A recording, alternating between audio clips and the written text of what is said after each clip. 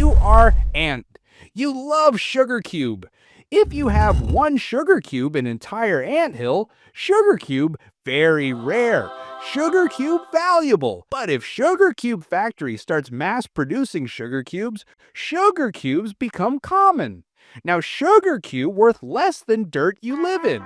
Demand pull inflation. You and your ant buddies watching Sweet Tooth Ant Edition on Netflix. Suddenly, you and the entire anthill crave sugar cubes. But Sugar Cube Factory still makes same amount. Sugar Cube price shoots up faster. Supply same. Demand crazy high. Your savings account crying.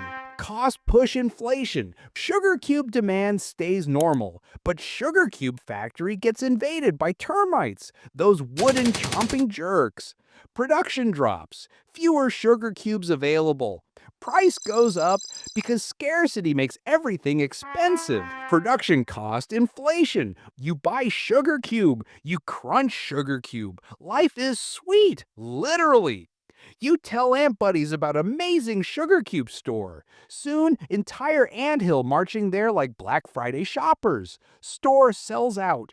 Factory needs more equipment to increase production, but sugar making machines now cost a lots of money. Factory raises prices to cover costs. Sugar cube become expensive. Monetary inflation, sugar cube supply same. You're craving for sugar cube same. But ant government decides to print more money because apparently ants have central banking now.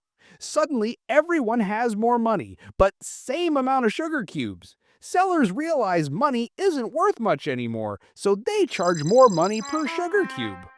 Hyperinflation. Sugar cube prices rise, ant government panics like headless chicken. Government prints more money so you can afford sugar cubes, but prices rise to match new demand. Government prints more money, prices rise more.